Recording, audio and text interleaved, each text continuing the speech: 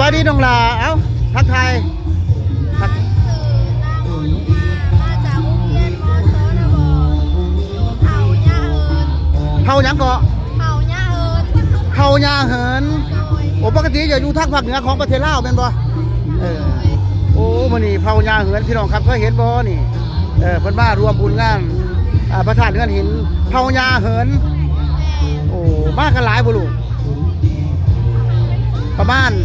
ณ20-30คนแม่นบ่ โดยทั้งครูทั้งอาจารย์ โอ้คณะครูบาอาจารย์ก็มานำโอ้มาฟ้อนเนาะเฮาหญ้าเหินโอ้ยงามหลายเอาพี่น้องครับนี่คือเฮาหญ้าเหินครับพี่น้องทางฝั่งไทยบ่เคยเห็นมีพัดลมน้ำเขาหรือยังล่ะมีพัดลมน้ำเขาหรือบ่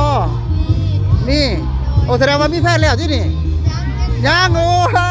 ยโอ้ยพี่น้องฟังผู้บ่าวทางฝั่งไทยครับเห็นบ่ครับเฮาหญ้าเหินสวยงามเอาเก็บภาพมาฝากนี่บริเวณเฮือนหินพี่น้องเอาบ๊ายบายท่านผู้ชมหน่อยบ๊ายบายท่านผู้ชมสบายดี